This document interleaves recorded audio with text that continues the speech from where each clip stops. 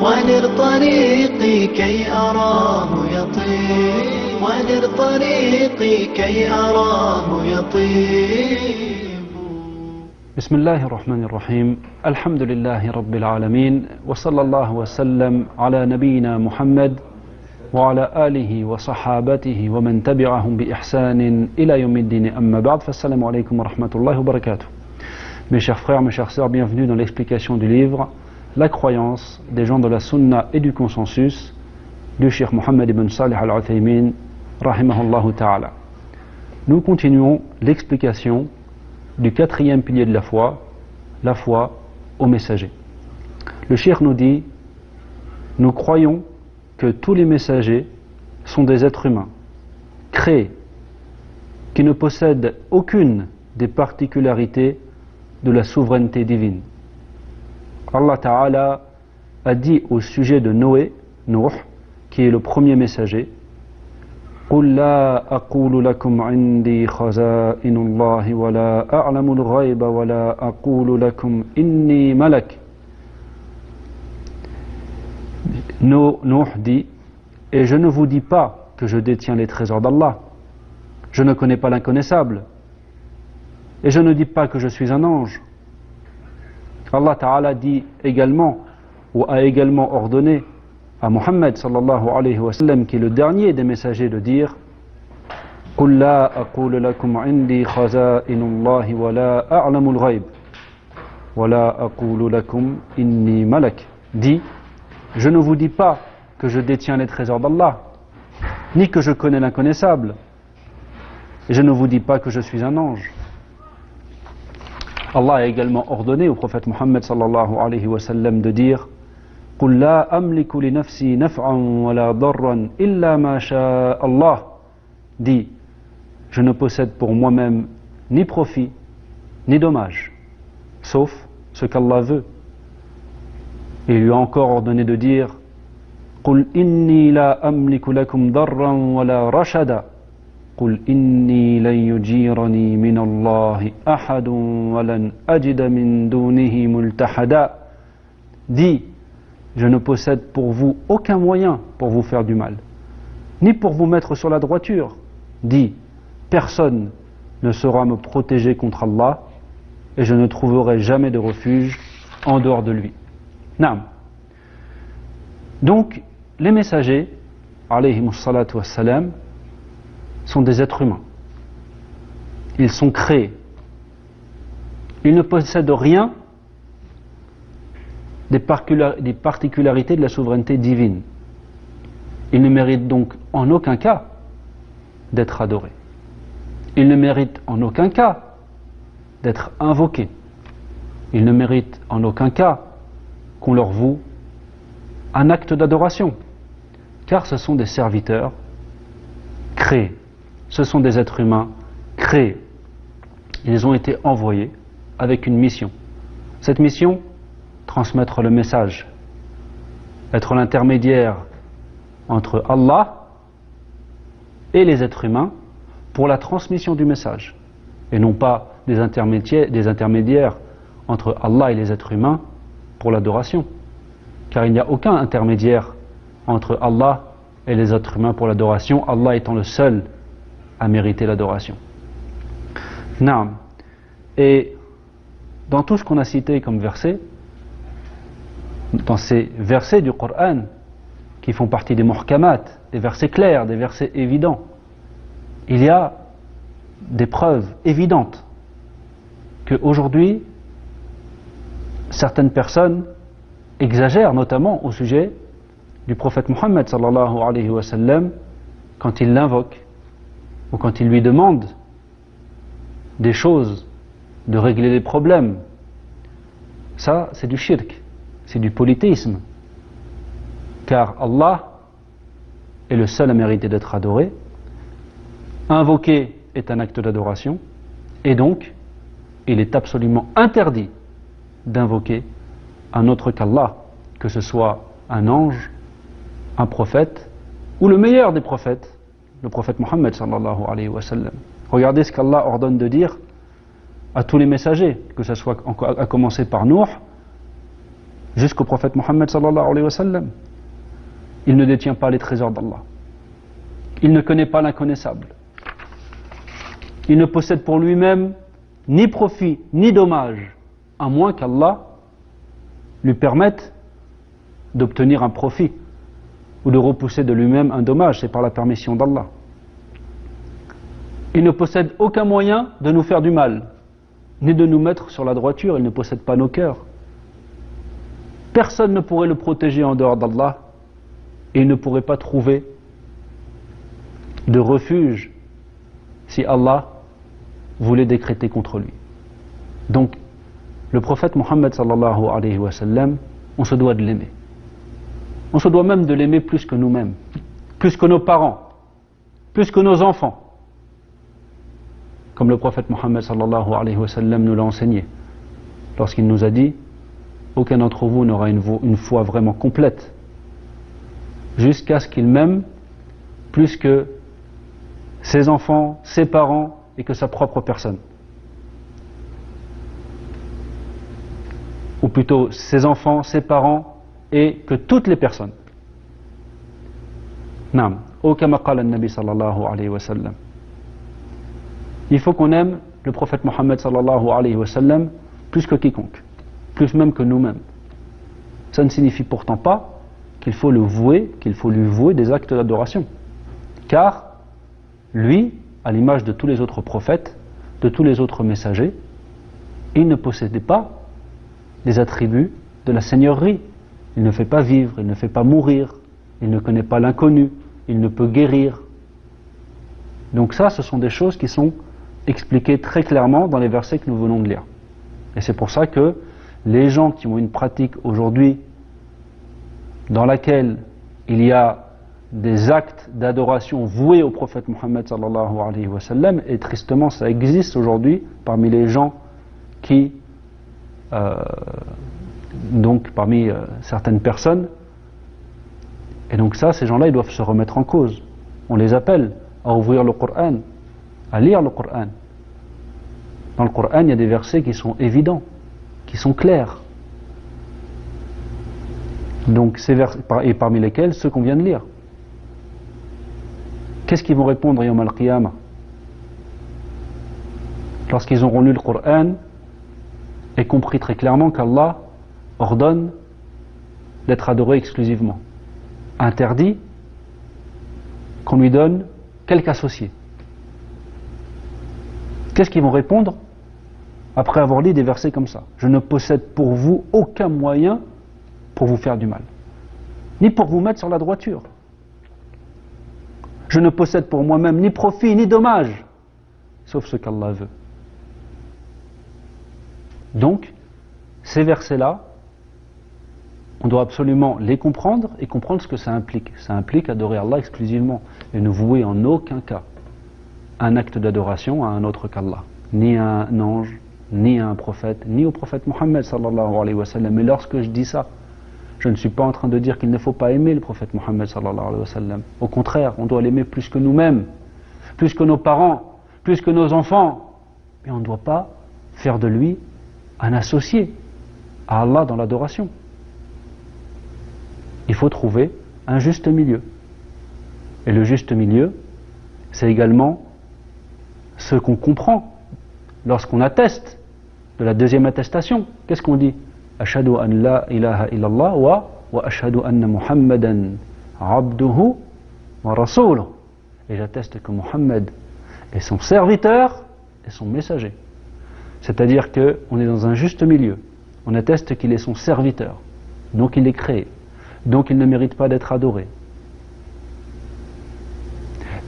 Et il est son messager. On a pour lui un amour immense, un respect immense. Il est le messager d'Allah, subhanallah. C'est le plus haut rang que peut atteindre un être humain, être le messager d'Allah, transmettre la révélation. Mais c'est un serviteur. Donc on l'aime, mais on ne l'adore pas. Et ça, ce sont des versets qui méritent, ou plutôt il faut absolument transmettre aux gens ces versets, particulièrement dans certains pays musulmans, ou dans beaucoup de pays musulmans, tristement, où des gens ont mal compris le point sur lequel j'insiste. Et si j'insiste tellement sur cette chose-là, c'est justement parce que dans beaucoup de pays musulmans, on trouve une exagération au sujet du prophète Mohammed sallallahu alayhi wa sallam, avec des gens qui vont aller jusqu'à l'invoquer. Et aussi au sujet de ce que les gens appellent al-awliya, les saints. Donc on voit que ces gens-là exagèrent aussi. Voilà. Ils ont placé les saints, ou ce que des gens qui pensaient être des saints, parfois c'est pas forcément des saints, et ils leur vouent des actes d'adoration. Et d'ailleurs c'est aussi bon de parler de ce sujet-là, et de faire une parenthèse puisqu'on est en train de parler de ça, de dire si le prophète Mohammed sallallahu alayhi wa sallam, qui était la meilleure des créatures, qui était le meilleur prophète et messager, qui est celui qui avait le plus haut rang parmi les êtres humains auprès d'Allah, ne possède pour lui-même aucun moyen de se protéger contre Allah, ne possède pour nous aucun moyen de nous faire du bien ou de repousser un mal de son vivant, à moins qu'Allah le veuille. Mais maintenant il est décédé, sallallahu alayhi wa sallam. Comment imaginer que des gens qui ont un niveau en dessous alors contrôlent le monde? Déjà, premièrement, c'est contre la base de la religion, qui consiste à croire que le seul Seigneur et donc le seul à gérer l'univers est Allah subhanahu wa ta'ala. Mais en plus de ça, quand on pense et qu'on se rappelle les versets qui viennent d'être lus, on voit que c'est complètement faux. Le prophète Mohammed sallallahu alayhi wa sallam, qui avait le rang le plus haut parmi les êtres humains, ne pouvait pas faire quelque chose pour nous, ou repousser quelque chose de lui-même, si Allah l'avait décrété. Comment des gens qui ont un rang en dessous pourraient-ils le faire? Donc la question que je pose, et j'appelle mes frères et mes sœurs, j'appelle les gens dans les pays musulmans, les gens qui sont qui ont besoin d'apprendre, apprenez, ouvrez le Coran, lisez. Ne vous laissez pas influencer par des gens qui vous font vous concentrer sur des choses qui sont des ambiguïtés. Regardez les choses claires. Dans le Coran, il y a des choses claires. وَالَّذِي أَنزَلَ عَلَيْكَ الْكِتَابَ مِنْهُ آيَةٌ مُحْكَمَاتٌ وَأُخَرَ مُتَشَابِهَاتٌ. C'est lui qui a fait descendre sur toi le livre. Dans ce livre, il y a des versets clairs et évidents. Et d'autres qui peuvent prêter à équivoque. Des versets clairs et évidents. On les lit, on les comprend. Et d'autres qui pourraient prêter à équivoque, c'est-à-dire que pour les comprendre correctement, on va avoir besoin de quoi? De revenir aux versets clairs et évidents, et tout va devenir clair. Et les versets clairs et évidents, hunna ummul kitab, c'est la majorité du livre. C'est la base du livre. Donc nous, les musulmans, on doit rester unis. On doit être unis. On doit être ensemble. Revenons au Coran. Prenons le Coran pour juge entre nous. فإن تنازعتم في شيء فردوه إلى الله والرسول إن كنتم تؤمنون بالله واليوم الآخر. Si vous vous disputez en quoi que ce soit, revenez à Allah et à son messager. Si vous croyez vraiment en Allah et au jour dernier. Donc, aujourd'hui, les gens qui vont faire des tours autour des tombes, tawaf, qui vont invoquer des morts, autres que le prophète Mohammed sallallahu alayhi wa sallam, qui vont faire des actes de ce genre-là. Les ulama, les savants, c'est pas moi, c'est pas des savants contemporains simplement, c'est les savants de l'islam ont expliqué ce que ces choses-là, ça faisait partie du polythéisme. Ça faisait partie d'innovations très graves. Revenons au texte du Coran. Revenons au texte de la Sunna. Prenons Allah et son messager, Allah et son messager, sa Sunna, après sa mort, pour juge. Et regardons. Notre religion est claire, notre religion est évidente, et nous devons, c'est un ordre d'Allah, nous devons nous unir. Pour être forts, pour redevenir forts. Et wallahi, l'ignorance, c'est la base du problème. Parce que wallah, des gens qui sont savants, des gens qui ont étudié, des gens qui connaissent la réalité de ce qui est tourné autour d'une tombe, de ce qui est invoqué un autre qu'Allah. Alors, des gens qui savent ces choses-là ne le font pas, bi'idhnillah. Car ils savent que cette chose-là, c'est le plus grand péché. Le shirk, c'est le plus grand péché. Donc je me suis vraiment attardé sur le sujet, mais c'est parce que c'est immensément important. C'est immensément important. Il faut comprendre ces choses-là, il faut que nous, qui avons compris ces choses-là, on les transmette avec sagesse, qu'on veuille le bien pour les gens. Je ne suis pas en train de dire on va aller avec une matraque pour dire aux gens des mauvaises paroles. Non, allons-y doucement. Ud'u ila sabili rabbika bil hikmati wal mau'izati al hasana. Naam. Avec la sagesse, une bonne exhortation. On va aller voir les gens, on va leur enseigner. Avec du Coran, avec de la sunna du prophète Mohammed sallallahu alayhi wa sallam, et les appeler à la ilaha illallah. Les appeler à quoi? Au tawhid. Les appeler à nul ne mérite d'être adoré, sauf Allah. Nul ne mérite qu'on lui voue un acte d'adoration, sauf Allah. Nul ne mérite qu'on l'invoque, sauf Allah. Nul ne mérite qu'on fasse un sacrifice, qu'on se rapproche avec un sacrifice pour lui, sauf Allah. C'est la base de notre religion. Et donc j'appelle mes frères à transmettre ces choses-là. J'appelle les gens qui se reconnaissent, qui, quand ils écoutent le message que je suis en train de dire là maintenant, de transmettre, se disent: je ne fais pas exactement toutes ces choses-là. Je fais des choses qui sont mal apparemment. Je les appelle à étudier, ouvrir le Coran, essayer de comprendre, ne pas se laisser influencer et à se repentir, car ça aussi c'est un sujet qui est très important. Allah accepte le repentir de quiconque se repent, quel que soit son péché, chose qui est souvent très mal expliquée. Souvent on entend simplement d'ailleurs, et c'est important de le noter, et c'est une autre parenthèse, je vous demande de m'excuser, mais c'est important, on entend Allah pardonne tous les péchés sauf le shirk, point. Telle chose-là c'est du shirk, Allah ne pardonne pas le shirk, point. Ça c'est, il ne faut pas faire des choses comme ça. Les frères qui font des vidéos, des trucs comme ça sur le shirk, le tawhid, c'est très très bien, on demande à Allah qu'il leur facilite pour transmettre l'islam, mais attention, il faut expliquer les choses correctement aux gens aussi. Si une personne fait du shirk et qu'elle se repent du shirk de son vivant, Allah lui pardonne. قل يا عبادي الذين أسرفوا على أنفسهم لا تقنطوا من رحمة الله إن الله يغفر الذنوب جميعا إنه هو الغفور الرحيم. Dis, ô mes serviteurs qui avaient commis, dis, ou plutôt, ô Mohammed, dis à mes serviteurs que je dis. Ô mes serviteurs qui avaient été très injustes à votre propre détriment, ne désespérez pas de la miséricorde d'Allah, car Allah pardonne absolument tous les péchés. Certes, c'est lui le pardonneur, le très pardonneur, le très miséricordieux. Quel que soit le péché qu'une personne a fait, si elle se repent de ce péché, de son vivant, Allah lui pardonne. Même si c'est du shirk akbar, même si elle a adoré une souris, même si elle a adoré une statue, quel que soit le péché, même si elle s'est repentie de cette chose-là 1 million de fois et qu'elle y est revenue 1 million de fois et qu'elle veut se repentir sincèrement, Allah accepte le repentir. Quand est-ce qu'Allah ne pardonne pas le shirk?